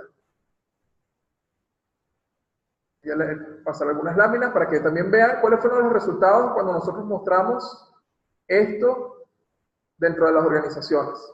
Ahí está otra foto del pájaro carbonero. Me encanta ese pájaro. Nosotros hicimos una evaluación y más o menos se repetía lo que les voy a mostrar acá. Hicimos una evaluación de 22 preguntas frente a la situación y lo más relevante de este cuadro que les estoy mostrando, porque este es el resultado de una serie de cuadros, es la última pregunta, pues tuvo el horario y la duración, las condiciones físicas, la calidad, los arreglos de la participación, pero el más relevante es qué les pareció el evento en su totalidad. Y más o menos se repetía esto. El 98% de la gente que asistía a este taller que nosotros estuvimos dictando consideró que era excelente, algunos lo consideraban superior. Inclusive pedimos en algunos casos que ellos hicieran dibujos de su aprendizaje y salieron cosas hermosísimas. Por ejemplo, nosotros lo dividimos por grupos y dentro de esos grupos les pedíamos que hicieran como un mural que representara qué habían aprendido de esta experiencia. Y una de las cosas que ellos nos mostraban era esto. Fíjense, este dibujo espectacular del pájaro carbonero, y hablaban acerca de venir de menos a más. Esto pasará, todo es posible, sonríe con cualquier situación. Algo que nosotros hicimos dentro del taller fue que trabajamos el estado de ánimo de la esperanza radical y lo fuimos complementando con otros, como por ejemplo el estado de ánimo del agradecimiento. Entonces, hicimos un compendio en el cual, voy a conversar por acá, hicimos un compendio en el cual no solamente trabajamos la esperanza, sino que lo fuimos juntando con agradecimiento, trabajamos un poco de mindfulness, revisamos también el cómo poder vivir con poco, el minimalismo, el aprender que la felicidad viene de las pequeñas cosas, también lo estuvimos trabajando dentro de ese taller. Hay otro dibujo que también me encantó, que les traigo hoy, que es este. En este dibujo representaron fue el búfalo, ese búfalo que se iban, y ellos hablaban acerca de que era el petróleo, y de que si ese búfalo se iba a ir, entonces teníamos que conseguirnos cuál era la nueva manera de trabajar del venezolano. La esperanza siempre está presente, no importa si te caes, sino cómo te levantes, agradece y reconoce para aumentar el positivismo. No es cuestión de leche, es cuestión de actitud, solo Dios basta. Hicimos muchas reflexiones acerca del rol de la espiritualidad y la religión, la fe, lo fuimos relacionando también con ese proceso. A ver si puedo ver, que veo que me están comentando. La anterior, sí, claro, Aida, dame un segundito.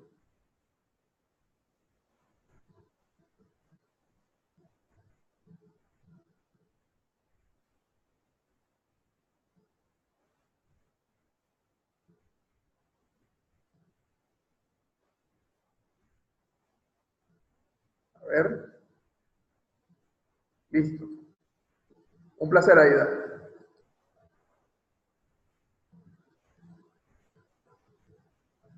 ¿Cuáles fueron los comentarios? Algunos de los que nos dieron. Gracias, nos hacía falta.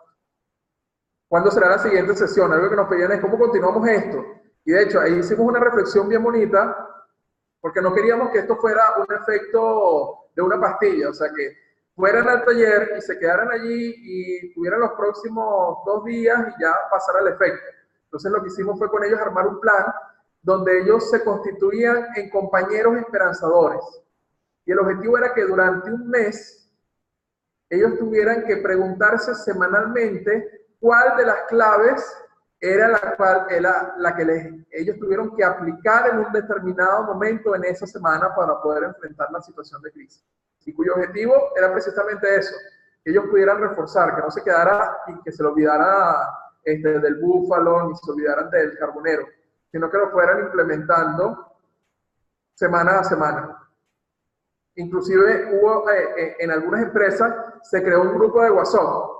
Entonces me incluían al facilitador, me incluyeron, recuerdo, en alguna oportunidad, y ellos tenían el compromiso de ir subiendo frases motivadoras semanalmente, inclusive algunos diariamente, y ese acompañamiento iba durante un mes. Luego el mes yo me salía del grupo y ellos decidían si ese grupo continuaba o no, pero el objetivo era siempre reforzar el recordar esas 5 claves y recordar los otros estados de ánimo que nosotros estuvimos trabajando con ellos.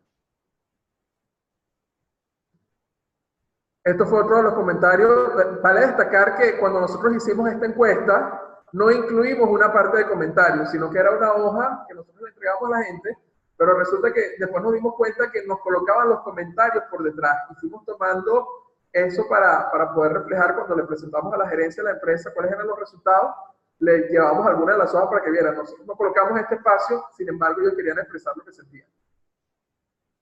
Excelente iniciativa para los tiempos que vivimos. Dios nos bendiga y los siga llenando de ideas para fortalecer la esperanza en cada una de las personas asistentes. Buenísimo, me siento renovada. Pero les comento que les tengo un bonus track. ¿Cómo es eso de un bonus track? Esto no se ha terminado todavía. Esto fue lo que nosotros mostramos en el taller. Pero les tengo algo adicional, que era lo que les mencionaba en un principio.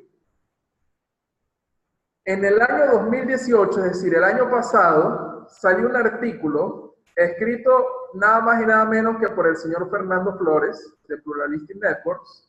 Algunos lo conocen, los que vienen del mundo del coaching ontológico, donde él hacía una reflexión acerca del libro, junto con otro filósofo llamado Scott Rose. Y ellos decían que había algo dentro del libro que les encantaba, pero también había algo que les dejaba como un sinsabor. Algo faltaba dentro de esta distinción de esperanza radical que traía, en este caso, Jonathan Lear. Un segundito. Y es el mirar los mundos. ¿Cómo es eso? Todos vivimos en un mundo.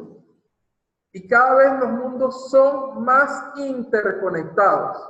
De hecho, el título del artículo es ¿cómo es la finitud ontológica del ser humano versus la finitud ecológica? ¿Y a qué se refería este par de autores haciendo la reflexión acerca de esperanza radical? Es empezar a mirar no solamente el mundo ecológico, que ellos están preocupados, y creo que todos deberíamos estar preocupados por los cambios que existen y por el calentamiento global.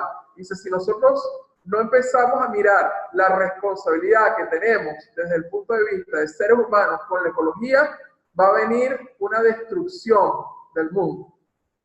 Pero adicionalmente, entonces, ¿cómo va a ser la finitud del ser humano desde el punto de vista ontológico que nosotros tenemos y cómo nosotros tenemos que cambiar nuestra identidad para poder ser o tener una mejor relación con este mundo ecológico?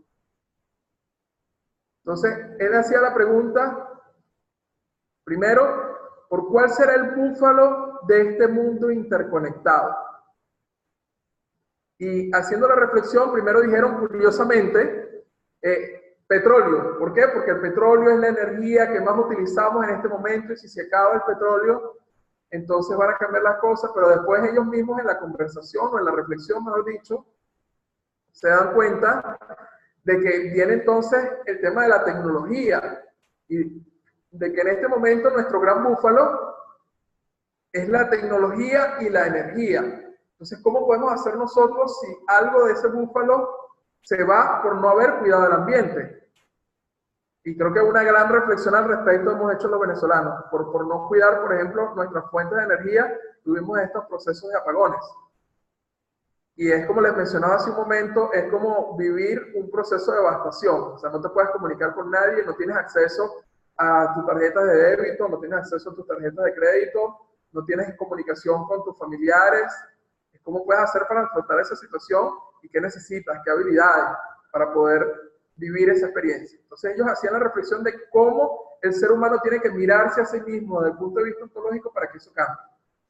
Y hacen la misma reflexión de Jonathan Lear y dicen, todos vivimos en un mundo. Pero ¿qué es lo que a ellos les hace sentir que hay un vacío?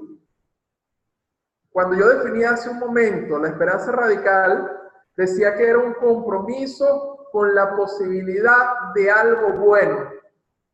Y eso a ellos les sonaba como muy etéreo, o sea, como muy vacío. ¿Qué falta ahí? O sea, suena como que yo me tengo que sentar a esperar a que algo suceda. Y ellos entonces hablan acerca de meterse más en la sobrevivencia ontológica, pero específicamente para mirar la sobrevivencia ontológica tengo que mirar los mundos. Y los mundos, y esto es algo que ellos agregan, los mundos no son estáticos, los mundos son cambiantes. Entonces tengo que hacerme la pregunta de si los mundos son cambiantes, los mundos son históricos. Por lo tanto, yo tengo que empezar a mirar cuál es la historia del mundo donde yo me muevo. Entonces le hago una invitación y le hago una pregunta bien particular. Nosotros hemos, por ejemplo, mirado la historia del mundo del coaching. Recientemente vi un video, y lo invito a que lo miren aquellos que no lo han hecho, que es de Julio Laya, en uno de los congresos de la FICOP, donde él está hablando acerca de la historia, en este caso del coaching ontológico, y donde él empieza a mirar de dónde surge y cuáles son los movimientos que se han dado para que estos estén en este momento. ¿Por qué? Porque si yo puedo mirar cuáles son los cambios que han habido en este mundo, yo puedo empezar a anticipar de una u otra manera los cambios que vienen, pero solo si los miro desde el punto de vista histórico. Si yo empiezo a mirar cómo viene la historia y empiezo a mirar qué es lo que sucede en este presente. Por ejemplo, yo comencé a hacer esta reflexión acerca del mundo del coaching y me hice la pregunta de qué es lo que se ha modificado desde que yo estoy. Y recuerdo claramente en una conversación que tuve con otros coaches, donde hablamos acerca de que el coaching online, eso no iba a suceder. Y fíjense, eso fue hace como 6, 7 años. Fíjense lo que está sucediendo en este momento. Estamos teniendo esta videoconferencia, donde todos podemos interactuar, donde podemos conversar. Y en este momento, por lo menos para mí, el 60 o 70% del coaching que yo hago es online. Entonces, tenemos que empezar a mirar cuáles son los cambios que se van dando en el mundo donde yo estoy actuando y cuáles son los otros mundos que a mí me van impactando. Por eso les coloqué esa imagen allí de fondo. Los mundos están relacionados, no son mundos aislados. En este caso, el mundo de la tecnología ha impactado el mundo de los coaches y nos ha permitido lograr esto y nos ha permitido lograr tener sesiones de coaching online, que por supuesto tienen sus fortalezas y tienen sus debilidades, pero es un cambio que se da en el mundo. Y si podemos empezar a prospectar y podemos empezar a mirar el cambio tecnológico y cómo nos va impactando, podemos mirar, por ejemplo, que ya dentro de unos años se acerca la realidad virtual. Entonces la capacidad de hacer coaching va a ser no solamente a través de una pantalla, sino que vamos a poder mirar la persona con realidad virtual caminando, sintiendo que está como allí acompañándonos. Entonces, los mundos se van modificando. Inclusive podemos hacer la reflexión en este momento con el esfuerzo que está haciendo la ICF, la International Coach Federation, y también lo están haciendo otras asociaciones, como lo vi en el congreso de la BECOM, acerca de cómo podemos hacer para que el coaching sea cada vez más profesional, porque se está dando algo dentro del mundo del coaching, que está creciendo de una manera impresionante. Hay gente que con 2 horas de curso se declara coach. Entonces, eso es mirar el mundo en el que estamos habitando. ¿Qué fue entonces lo que le llamó la atención a Fernando Flores y qué fue lo que le llamó la atención a Scott Rose acerca de la reflexión de la esperanza radical? Que no hay que quedarse tranquilo solamente esperando que algo bueno suceda, que aparezca la posibilidad, sino que tengo que estar atento a cuál mundo me estoy yo moviendo en estos momentos. Por ejemplo, una pregunta que yo hago y que a algunos coaches no les gusta mucho, pero es, si los mundos son históricos, entonces va a llegar un momento donde el coaching va a desaparecer. O donde el coaching a lo mejor no desaparece, pero se minimiza. Entonces, una pregunta interesante para hacerse en este momento es, ¿qué vendrá después del coaching? Pero si yo no me hago la pregunta, no lo voy a poder mirar. Y ojo, estoy escogiendo solamente el mundo del coaching porque probablemente muchos están aquí relacionados, la gran mayoría son coaches. Pero me puedo hacer la pregunta en los distintos ámbitos, en las distintas industrias.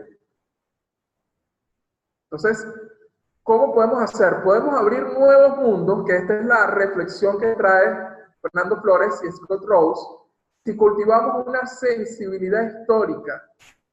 Y esa sensibilidad histórica también la llevo a la reflexión de Venezuela.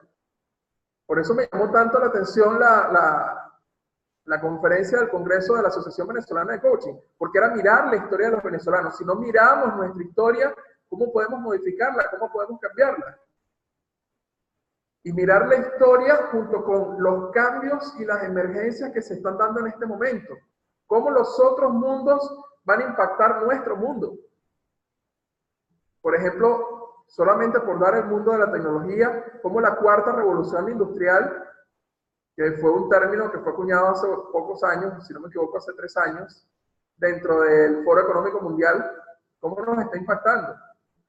Recientemente vi un artículo para aquellos que trabajan en el mundo de recursos humanos, donde Amazon desarrolló una tecnología donde existe una inteligencia artificial que ya puede despedir seres humanos sin necesidad de que haya una intervención de un ser humano. Es decir, la máquina determina, ya a esta persona hay que despedirla y genera, digamos, la comunicación que le llega a la persona y le dice usted está despedido. Y esa es la reflexión que quiero que haga. ¿Por qué? Porque lo que se da cuenta Flores y Rose es que si nosotros nos mantenemos en la conversación constante de qué es lo que está pasando y de dónde venimos, los cambios no nos van a suceder de sorpresa. Podemos empezar, aunque no podemos anticipar completamente qué es lo que va a suceder, podemos empezar a tener la sensibilidad, ellos lo llaman el fulgor. Podemos empezar a tener un fulgor de qué es lo que se está viniendo y cómo eso nos va a impactar. Nosotros estamos hasta cierto punto privilegiados en comparación con muchos logros.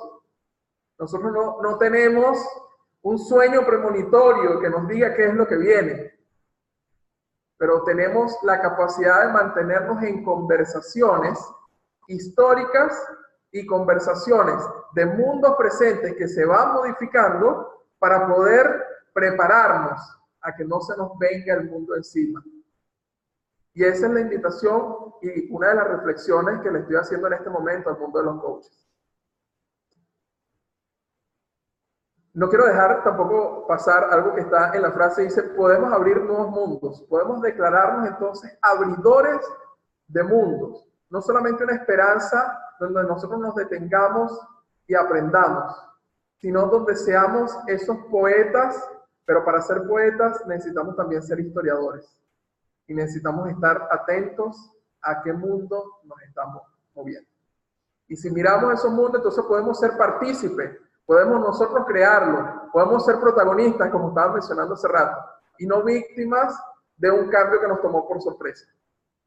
Entonces, ellos modificaron esta distinción de esperanza radical y dice, es una esperanza radical potenciada por una receptividad activa a las maneras en que las cosas y las posibilidades emergen históricamente.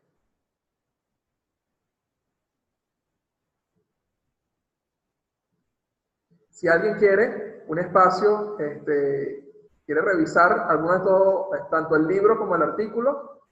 El libro es Esperanza Radical, de Jonathan Lear. El subtítulo es La ética cuando te encuentras frente a la devastación cultural. Fue publicado por la parte editorial de la Universidad de Harvard. Y el artículo de Fernando Flores y Scott Rose se llama La finitud ecológica y la finitud ontológica, la esperanza radical frente al antropoceno. Y el antropoceno ellos lo llaman esta época donde el ser humano es el centro, que es el que va a decir qué es lo que va a suceder con el mundo ecológico. ¿Okay? Entonces, quiero abrir el espacio también, un segundito, para conversar. ¿Qué es lo que les va quedando de todo lo que les he mostrado hasta este momento?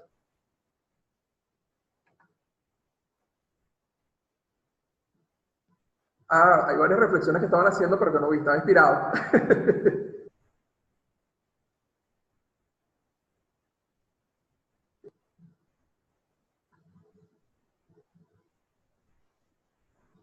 Me emociona poder mirar el valor que esto que traes da a los coaches para servir al otro, cliente o coaching. Como lo estaba mencionando, es una reflexión que estaba haciendo anoche, Aida, y es que nosotros los coaches, uno de los estados de ánimo con el cual tenemos que acompañar a nuestro coaching es la esperanza radical. ¿Por qué? Porque si miramos esa esperanza radical como esta capacidad que tiene esta persona de reinventarse a sí mismo, entonces somos los acompañantes de la esperanza radical con ellos. De que no sabemos qué es lo que va a surgir, pero en la conversación, un nuevo ser, con una nueva identidad, va a aparecer o se va a abrir en un nuevo mundo. Entonces yo creo que ese en el fondo es la reflexión más profunda con respecto al rol del coach y el estado de ánimo que lo acompaña. A ver, ¿cómo se llama el nombre del autor que menciona de Esperanza Radical? Se llama Jonathan Lear. Y el artículo que hace la reflexión acerca de la parte ecológica lo voy a escribir por acá.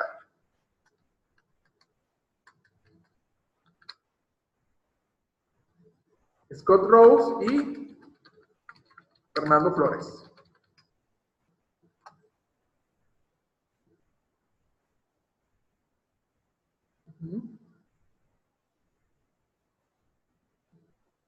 Por ahí dice, y ni pensar vía telefónica. Con lo que dice me viene la palabra disrupción. Y algo que estábamos reflexionando con Rafael Echeverría en el congreso que les estaba mencionando, es que cada vez los cambios van a ser más y más y más y más rápidos.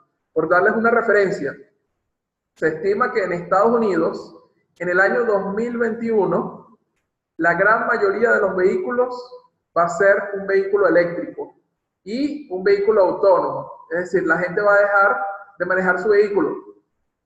Entonces, se nos va a olvidar cómo se maneja. Entonces, fíjense cómo los mundos se van modificando y cómo tenemos que estar nosotros atentos a esos cambios.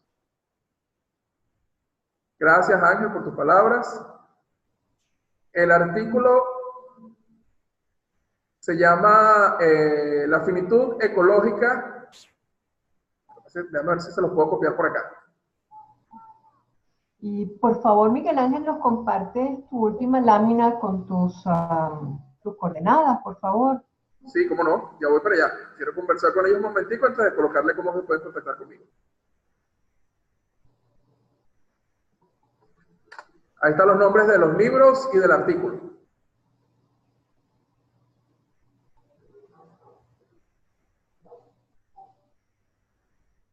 Colocarles la lámina. ¿Cómo me pueden contactar? Que me estaba diciendo por allí Conchita. Okay. En mis redes sociales me pueden conseguir en cualquiera de las redes sociales como @HerreraCoaching. ¿Ok? Mi número de teléfono, el prefijo es +58 412 500 9993. ¿Cuál es mi correo? Es miguelangel.herrera@outlook.com. Me han preguntado en algunas oportunidades cuando presento esto cuál es la empresa donde trabajo, es Red Talento. Aquí pueden ver la página web www.redtalento.com. Donde aprendí la distinción de esperanza radical fue en el programa Ser Embajador de Posibilidades del doctor Fernando Flores, que también tiene la oportunidad, si alguien le llama la atención, puede contactar por allí. Fíjense que el nombre lo dice, ¿cómo podemos ser un embajador de posibilidades en el mundo? ¿Okay? Bueno, y vamos cerrando. En estos momentos, súper agradecidos, Miguel Ángel, por tu presentación. Y si bien hacía muchísima referencia a Venezuela, creo que este es un tema que se puede aplicar a cualquier circunstancia, porque cuántas veces no estamos enfrentados a espacios que imaginamos que no podemos salir y que no necesariamente están referidos al terremoto que estamos en este momento viviendo acá, sino hay muchos terremotos individuales y como coaches estamos acompañando a esos coaches. Bueno. Ahorita que lo mencionas, Conchita, quisiera agregar una cosita más a lo que mencionaba. Y es que cuando tú empiezas a mirar los distintos mundos, puedes mirar, por ejemplo, en el caso de Perú, la crisis que están viviendo a nivel político. O sea, todo lo que ha sucedido con los últimos presidentes es un espacio para mirar dentro de la historia peruana.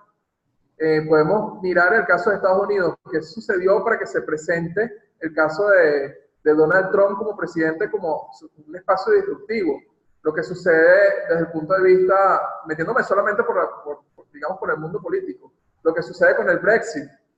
Inclusive podemos hacer la reflexión de qué es lo que nos sucede, y es algo que menciona Jonathan Lear, de cómo se está creando un espacio general mundial de desconfianza, como estado de ánimo, que está haciendo que la gente tienda entonces a buscar espacios de intolerancia a maneras de pensar diferentes y que están siendo exacerbados por las redes sociales.